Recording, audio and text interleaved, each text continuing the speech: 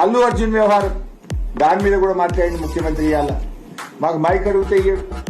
ఎందుకంత భయమే మాకు మైక్ అడగడానికి? సరే, దాన్ని మేమేమి సమర్థించలే.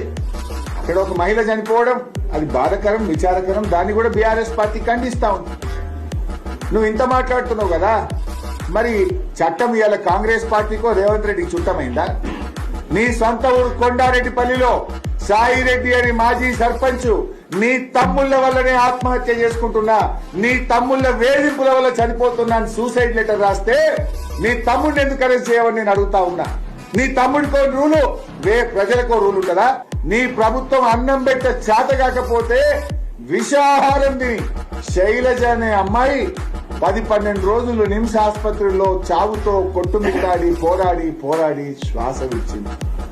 మరి ఆ శైలజను పరామర్శించడానికి రేవంత్ రెడ్డికి ఒక్క నిమిషం టైం దొరకలేదా?